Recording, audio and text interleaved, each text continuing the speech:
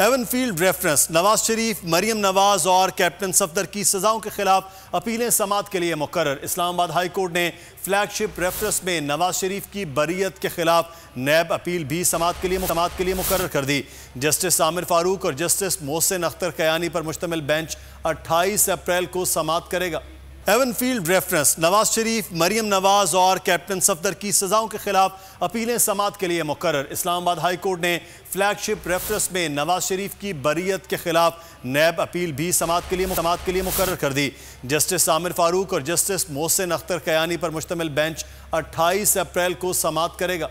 Avon field reference Nawaz Sharif, Maryam Nawaz और captain Safdar की सजाओं के खिलाफ अपीलें समाअत के लिए मुकर्रर। इस्लामाबाद हाई कोर्ट ने फ्लैगशिप रेफरेंस में नवाज शरीफ की बरीयत के खिलाफ नैब अपील भी समाअत के लिए मुकर्रर कर दी। जस्टिस आमिर फारूक और जस्टिस मोहसिन अख्तर कयानी पर मुश्तमिल बेंच 28 अप्रैल को समाअत करेगा।